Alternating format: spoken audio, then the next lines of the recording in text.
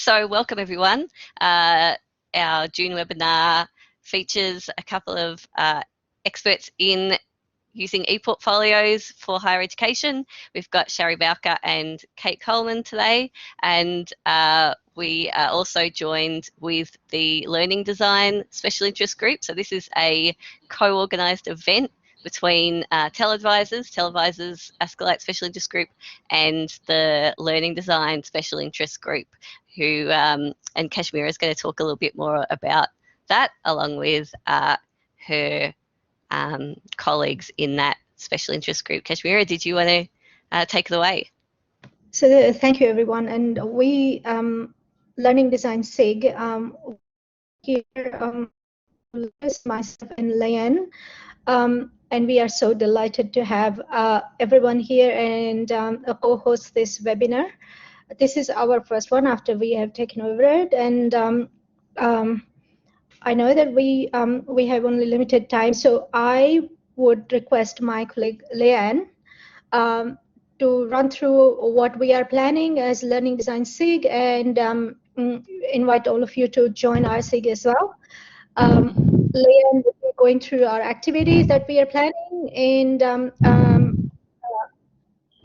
overall statistics and what we are aiming to do. So some of the examples of the activities that we're doing. Thank you, Leanne. Thanks, Kashmira, and hi to everybody. Thanks to Kate and Colin as well. With our joint session looking at ePortfolio. So at the moment, we've just taken over leadership of this space as well. We're so keen to actually get out there and be involved in the area of learning design, as obviously that's an area that crosses a lot of different areas. We've got the current memberships. We are building our digital space, our MS Team space as our collaborative platform.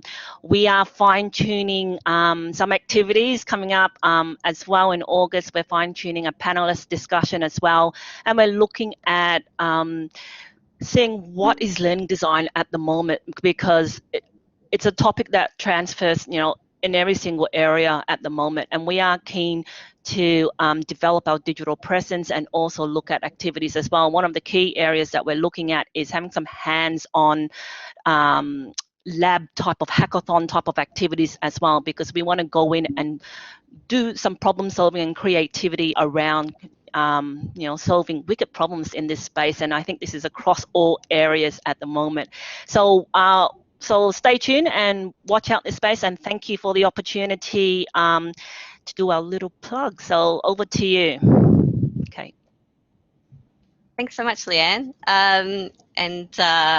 It's great to be able to have the opportunity to work more closely with the other SIGs, and particularly the Learning Design SIG. TELedvisors, we support learning designers, academic developers and educational technologists and other similar roles who work in higher ed. And so obviously there's a real crossover there between the two groups. So hopefully we can do more events in the future that are collaborative, and looking forward to seeing what events you publicise in the near future. Okay, so I might just use this chance to introduce Shari Bowker. Shari, please feel free to set up anything you need to in the background while I introduce you. So Shari joins us from the University of Queensland. She's a learning designer in the Institute for Teaching and Learning Innovation. She comes from a teaching and medical education background, and she focuses on portfolio pedagogies for assessment and for student-driven learning and feedback. So she comes with a wealth of experience, and she's going to talk a bit more about her experience as well as the approach University of Queensland takes to how they roll out and support ePortfolios there, because it's quite a unique approach. Thanks so much, Shari. If I've missed anything, please feel free to fill those gaps. No, that's huge. Thank you so much, Kate, and thanks for the invitation to come along today. And I have my colleague with me here today as well. I have Nathan from eLearning, and he's going to be speaking to a lot of the work that happens after the learning design, the configuration, the testing, and the training. So here at UQ, we've had quite a bit of success with ePortfolios, and we've also had some not successes. I don't want to call them fails, but some reasons to celebrate, and some things that we need to still work out. So I'm calling this one Champagne and Paper Cuts. And so you all have learnings, yes. So we, in the chat, we have the Zeetings link. So if you could please jump into Zeetings, because I've got some interaction, some polling that I'd love for you to play along, please. Okay, and kicking us off. So could you please vote below indicating what's your experience with ePortfolios? Do you currently use them? Do you don't use them now, but maybe you've used them before? You know about them, you haven't used them, you might be brand new. Let's have a look and see who we have in the room. So quite a bit of variety, actually. So lots of people who don't use them before, and you know about them but haven't used them before. It's almost pretty even to people who actually currently use them. And some brand new people to ePortfolios, so that's great to see. So hopefully we can give you some really good takeaways today to take home with you. Okay, keep going. So a little bit of background to get us started. So ePortfolios at the University of Queensland. It started back in 2015, where they selected, used to be called Chalk and Wire ePortfolio, now it's called Anthology. And this was a project driven by the HABS faculty, that's the Health and Behavioral Sciences, and it was supported by medicine and the humanities and social sciences faculties. And this is to replace all the best book systems they had in play, all the paper-based assessments, and mainly the driver was to support work integrated learning, which is probably no surprise to everybody. So a couple years of project, and then looking at business as usual, and with some really great, processes in place with that the end of 2018. And it's currently used in approximately 70 courses, up to 80 courses. That fluctuates with various semesters. And to give you an idea of the breadth of submissions we're seeing, so last year, semester 2, we saw approximately 41,000 assessments going through our ePortfolio system. And this semester a little bit lower, but I suspect that might go up again with semester 2. And in terms of the support that we offer, so this is a centralized, like an enterprise level system. And so we have me as the dedicated learning designer, and then we have a 1.0 spread across our e-learning team. But mainly Nathan is our total guru of our ePortfolio system, which is why he's here today. So we use Anthology Eportfolio. For those of you who do use ePortfolios, or maybe you don't, but you know which platform, can you please type in what platform you've got? What are you guys using? I mean, it's probably, we probably know what's out there, but can you type in?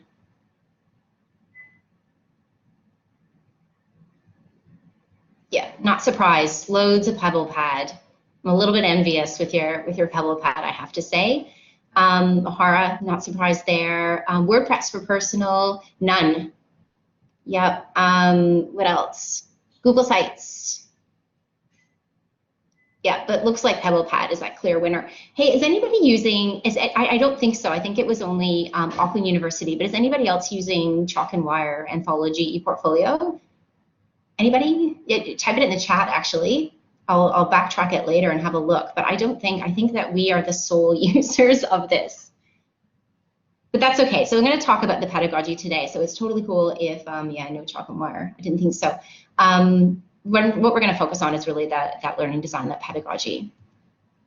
So here's our deployment process. This is, we call it leading with pedagogy because we really do want to focus on those pedagogical affordances that we get with ePortfolios. So how it all kicks off is on the e-learning website. There is a form there where a course coordinator or program lead can fill out a request to meet. At the same time, I also do quite a bit of coffees. Not that I'm complaining, that's awesome. I love to keep my ear to the ground and heaps of coffees and presentations just to see if anybody is interested in using ePortfolio practices. So from there, after the request to meet, they come into what's called the program readiness meeting, or just a readiness meeting, and that is with me as the learning designer and then somebody from the e-learning team, again, usually Nathan. And from there, we go into a series of pedagogical meetings with me and the course team, and that could be quite a big team. It could be all the support staff, professional staff.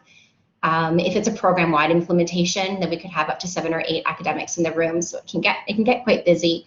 And then from there, once we've done all the assessment design, all the amazing learning design, then it goes over to e-learning, to Nathan, who does all the big configuration work, all the testing, and then into training. And then we go live. And then after an iteration of it, we bring everybody back in, and this is a really important meeting to go through the review and really go through how we're going to support this going forward. So I'll go through each one of those in a little bit more detail. So starting with the readiness meeting. So this is where I'm able to really lay out the portfolio pedagogy, all the amazing things that ePortfolios can support. And then Nathan does a tour of the technology and the functionality. So I do the pedagogical processes where he really shows those technological affordances of our system. And then we define the support model, expectations, timelines, deadlines, because we often have courses who want to go live in semester 1. We're having this meeting in semester 2, but we're all going on holidays for 2 months, and that's okay, right? And it is, but we need to think about that and put that into the process. And the consequences of this meeting is really to assess the suitability of that tech fit to the attended use. And this is a chance for them to bail out before the real work begins. And that is fine. We do these readiness meetings, takes about an hour. And if it's not for them, that's cool. Then it's good to find that out before we go in and really start to design it. Tell me about what are the main drivers, your main drivers, do you think, for using ePortfolios? So what do you think academics come in and really want ePortfolios to capture? What are we looking at here? There's a lot to read there. Give you a bit of time. Here at UQ, we've actually got quite a mix of things. Oh, and I think you can vote twice in this one as well, so feel free to give it a couple votes. So it looks like the winner so far is enabling students to create a professional portfolio showcasing their employability. I see in the chat, getting faculty buy-in is key to use ePortfolios efficiently and appropriately. Totally agree. So yeah, we see at UQ, we see quite a big mix. Probably we're really focused on that achievement of professional competencies. To me, the underpinning of ePortfolio pedagogy is that reflective practice and student-driven assessment. So we see quite a bit of that as well. So yeah, thanks for doing that, guys. So in terms of the assessment tasks, these are the usual suspects that we see here at UQ. So again, no surprise that we see a lot of reflective practice, and our system supports video reflections really, really well, and there's an opportunity to provide in-time timestamp feedback, and so we see a lot of those coming in. Lots of authentic assessments, supervisor assessments, and learning plans, because we do a lot of work integrated learning support. A little bit more portfolio assessments coming in, so like a showcase. I think that's sort of a new thing. We've really driven this ePortfolios at an assessment level, and so students see it as an assessment system. So we're trying to change the perspectives and get into this more of a holistic portfolio style assessment. Professional competencies and tutorial, the chat's funny, tutorial learning activities as well. So who are our contestants? This one's for the MasterChef fans. So in terms of the disciplines that we see come in to ePortfolios, I've written them down because there's heaps. I'm just going to rhyme off a few. Because it's no surprise that this is a health and behavioral sciences driven system. We've got pharmacy, nursing, midwifery, social work, psychology, speech path, dentistry, food science, education, medicine. And that might be different at your institution. And then in terms of the academics that we see come in, usually they're these innovative, We see a lot of award-winning teachers that are interested in using ePortfolios. They usually have a pretty good grounding in educational theory and research, and or they could be early career academics that are really keen to surface these surface the learning and development that happens that an ePortfolio captures. And we see program directors as well who are looking for a program approach. And we've got some new policies developing now at UQ around programmatic assessment. So I suspect we're going to see a lot more ePortfolio practice in the future. So let's go into what happens next. So they come to the program readiness, they're keen, they're in, and then I now meet with the course team to look at the pedagogy. And I get them to think about the bigger picture first. So I want to set the context. Who are these students is what I want to know. And what do they need to be able to learn, to be able to demonstrate their learning in something that's meaningful? Where have they come from and where are they going?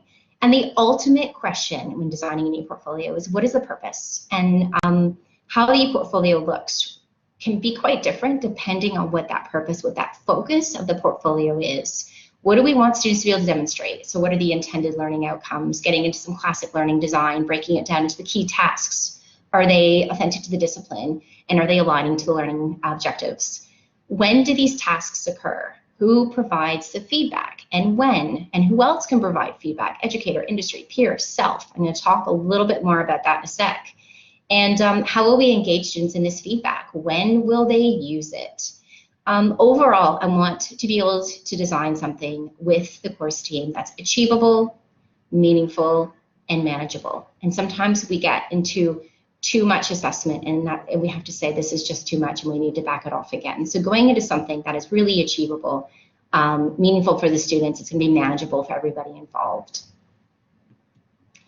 How about this? What do you guys think? In your experience, feedback design is usually an afterthought. Vote yes or no.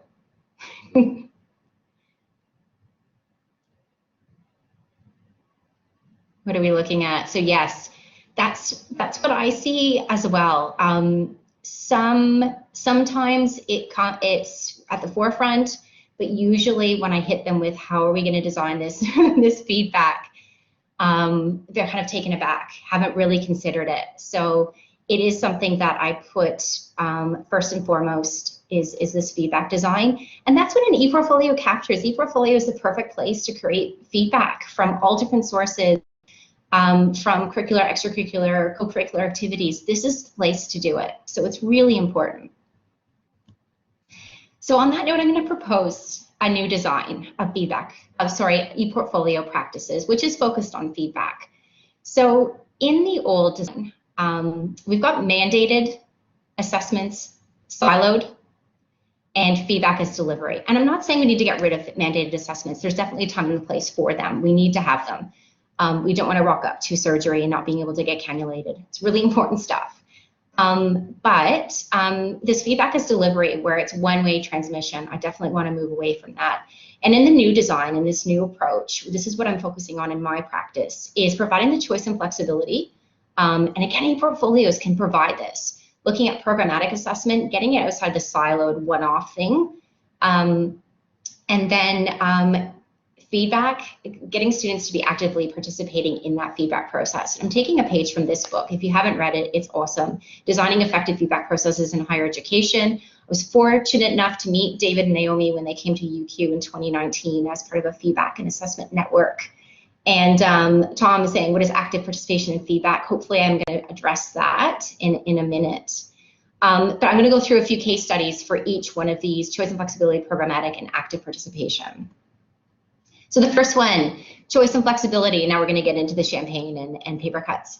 A couple of case studies here. So we've got the Master of Educational Studies and the Master of Pharmaceutical Industry Practice, known as the MPIP.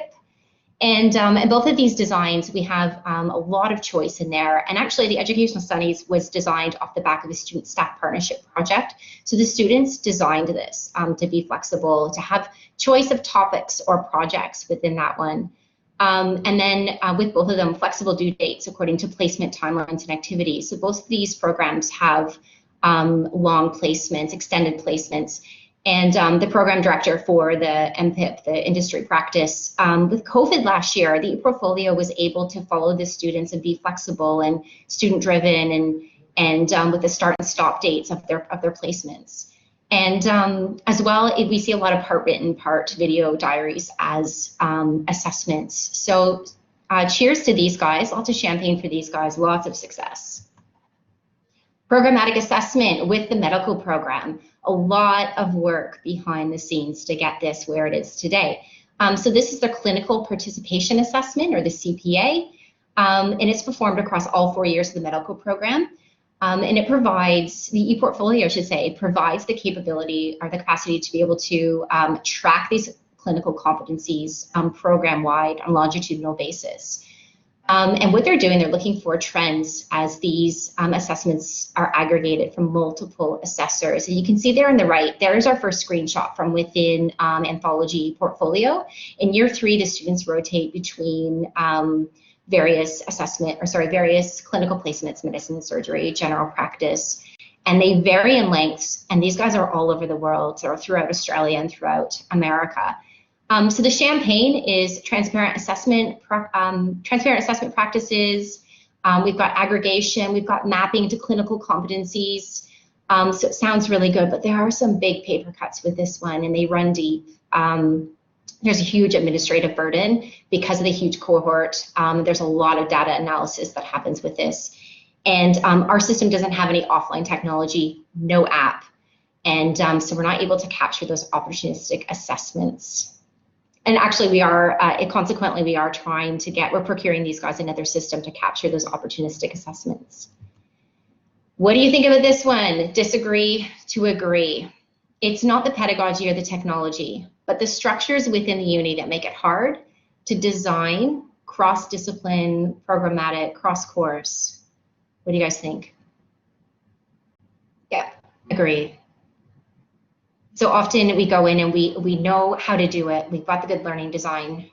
We've got the technology, but we just can't get people together to be able to get this. And so that medicine programmatic assessment, I've got one in Master Dietetics as well. And it's a lot of work, and to break down those structures. This I want to spend a couple minutes on. So this is the designing for active participation in feedback. I've got a diagram there which I'll go through. So this is around changing the timing of that feedback, and timing is different from timely. So moving that feedback forward where students can actually use it is so important. And I try in my design to make that feedback process dialogic. So it's not a one-way transmission. It is iterative, and it's between students and peers, and students themselves, and students and teachers.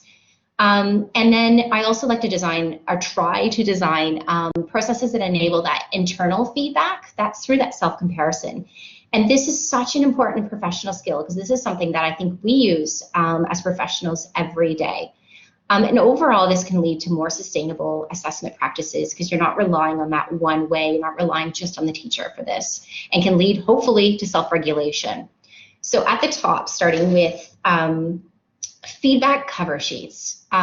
So this can be tacked onto an assessment that students are submitting, getting them to talk about or write where they want that feedback, where do they need it the most. So they're self-identifying their strengths and weaknesses in that particular piece of work. So that's a great little hot tip if you guys are doing that.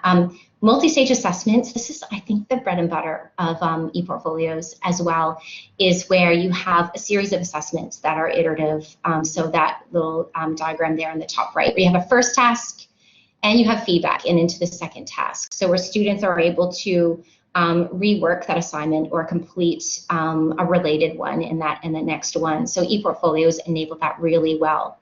That internal feedback through self-comparison can come from exemplars and rubrics. So another great thing that ePortfolios provide, the ability to have transparent assessment practices. Self-evaluation using criteria. So I do that with performance assessments, where the student completes that same assessment on themselves, and then that's a great jumping off point for that meeting with their supervisor. Blogs, peer comments, another one for self-comparison, and feedback action plans, because as David Carlis says, is it even feedback if you're not taking the action from it? And I'm going to take a break from me, and I'm going to hand over to Nathan, who's going to run us through the configuration and the training. Hello.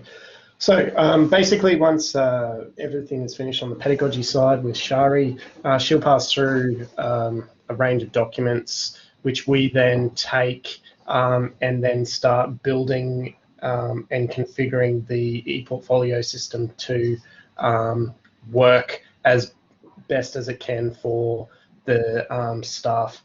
So basically, we go through, we create assessment instruments inside the system. So these are the rubrics that are developed by Shari during those pedagogy meetings. We then set up what is the table of contents, which basically becomes the backbone of the portfolio for the particular program. The table of contents is broken down into pages, sub-pages, and then sub-sub-pages.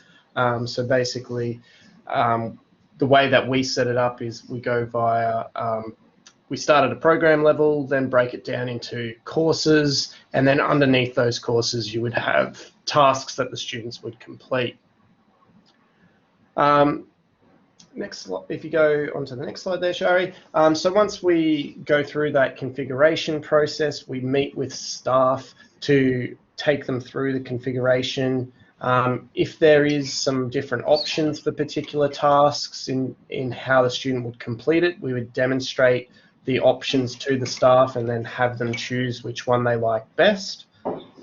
Once they're happy with the configuration, the staff are then required to test the portfolio in both a staff and student method. So they need to go through and pretend to be students so that they can submit all the assessments and make sure that then when they go in and mark them as staff, they meet what their objectives were.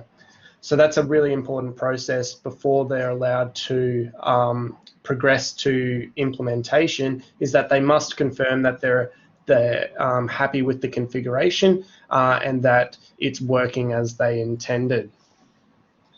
Jump to the next slide, please. So once the testing is finished and it goes off to deployment for students, we obviously provide a lot of support for the students in how to use the portfolio tool. So on the left there, you can see a screenshot where there are submission links for the various tasks, and then above those is a list of guides that are available for students on how to complete various aspects, as well as the contact information for the student help desk, so that if they do have problems, they know who to contact. On the right-hand side is just an example of one of the student guides. So we have a range of student guides available for students as well. So we generally do face-to-face training for the first time with student cohorts, and then we'll provide a training list to the academics so that they can then continue to do the training going forward. That's pretty much moves on to then the final part, which I'll hand back to Shari to have a chat about. Thank you, Nathan. So then after the first iteration of the course, whether that's at the end of the semester or sometimes at the end of the year, then we bring everybody back in for this review and ongoing support meeting. And this is where obviously we talk about what worked and what didn't. And if we have the student evaluations, student feedback, then obviously we take that into consideration too. And the consequences of this meeting is to ascertain whether we want to go back into pedagogy, and I really hope that they do, because it's always nice to tweak it at that stage and see what other feedback processes we can put into place. How can we improve this? But if everything's amazing on that first round, and that does happen, then often it's just some tweaks to the configuration, in which case then Nathan will be able to do that. And then we assign the roles and responsibilities going forward, because we hold their hands a lot in that first iteration, but then after that, they're on their own a little bit more. And now I think that I've probably taken a little bit longer, so I might skip over the next one, if that's okay, and go into this one. I'm sorry about the blood. I should have warned everybody. There's going to be some blood.